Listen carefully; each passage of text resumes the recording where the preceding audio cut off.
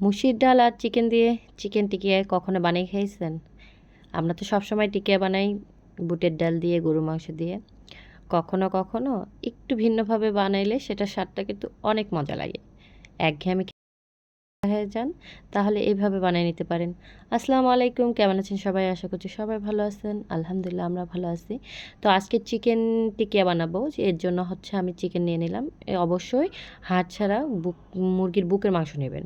আগে থেকে ভিজিয়ে রাখছিলাম মুসুর ডাল, প্রায় ১ কাপের মতো। আমি এখানে ১ কাপ মসুর ডাল দিছি এবং হচ্ছে পানি দিলাম পরিমাণ মতো। আসলে সিদ্ধ করব, সিদ্ধ করার জন্য। এটা প্রেসার কুকারে দিতে হবে না, এমনি কড়াই বা প্যানের মধ্যে আপনি খুব সুন্দরভাবে চিকেন এবং মসুর ডাল সিদ্ধ হয়ে যাবে। ২ থেকে ৩টা কাঁচামরিচ দিলাম, পেঁয়াজ দিলাম। আপনারা যদি ঝাল বেশি খান তাহলে ঝালটা বাড়ায় নেবেন। আদা রসুন বাটা দিলাম। আর আমি যেহেতু এখানে শুকনো মরিচ ইউজ করব তাই ঝালটা একটু কম দিলাম, মেয়ে খাবে। এখানে আদা রসুন বাটা দিলাম ১ চামচ ১ চামচ করে। পরিমাণটা অবশ্যই আপনারা যদি বাড়ায় নেন, টিকিয়ার পরিমাণটা বাড়ায় করতে চান তাহলে সব কিছু কিন্তু বাড়ায় দিতে হবে। আমি আমার পরিমাণ মতো নিলাম, সেই অনুযায়ী বলতেছি কী দিলাম আর কি। এখানে দিলাম স্বাদ মতো একটু লবণ সেদ্ধ হওয়ার জন্য, আর দিলাম হলুদের গুঁড়া, দেখতে কালারটা ভালো আসবে আর কি। আরও একটু পানি দিলাম, সামান্য হালকা তেল, মানে একদমই কম। তারপর খুব ভালোভাবে সেদ্ধ করে নিচ্ছি। আর এই যে সেদ্ধ করার পর ঠান্ডা করে আমি ব্লেন্ডারে ব্লেন্ড করে নিয়েছি। একটু খুব বেশি মিহি করব না, ডাল তো এমনিতেই গলে গেছে, কিন্তু চিকেনটা একটু থাকবে, খেতে ভালো লাগবে। এখানে আর একটু সামান্য লবণ দিলাম, গুঁড়া মরিচ দিলাম, আর একটা ফ্যাটানো ডিম দিলাম।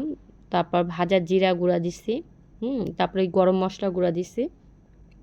আপনারা চাইলে এখানে কুচনো হচ্ছে যে দিতে পারেন, ওই যে মরিচ কুচনো দিতে পারেন। আমি দেইনি, আমি আর একটু দিচ্ছি, কী বলে, গোলমরিচের গুঁড়া। ঝালটা একটু ভালো ব্যালেন্স করবে। সঙ্গে দিছি আমি হচ্ছে বেরেস্তা। আপনারা যদি কাঁচা পেঁয়াজ দেন এতে স্বাদটা একটু ভিন্ন হবে। বেরেস্তা দেওয়ার চেষ্টা করবেন, ভালো লাগবে খেতে। আর এটা আমি কিছুটা ফ্রোজেন করে রাখবো। এখন দিয়ে দিব বেডগ্রাম। আপনার যদি বেডগ্রাম না থাকে তাহলে আপনারা বিস্কুটের গুঁড়াও দিতে পারেন। খুব ভালো করে মিশিয়ে নেবেন, এতে কি হবে, উপরটা খুব ক্রিসপি হবে। আর আমি একসঙ্গে মিশিয়ে নিচ্ছি, তাহলে আর আলাদা করে কোট করতে হচ্ছে না। এটাও খুব ভালো মানে হয় এবং ভাঙে না, খুব টেস্টি হয় খেতে। আমি এখন টিকিয়ার একটা শেপ দিব, আপনার মন মতো ইচ্ছা মতো শেপ দিতে পারেন। আমি এই সাধারণ শেপটাই দিলাম, গোল করে। আমি কিছুটা ফ্রোজেন করে রাখবো আর কিছুটা ভেজে এখনই খাবো।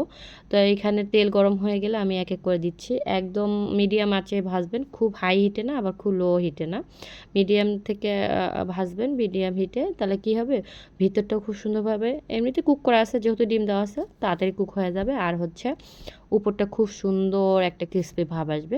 তারপরে যে ভাজা হয়ে গেছে, আমি কিন্তু সস দিয়ে খেতে খুবই খুবই মজা হয়েছে।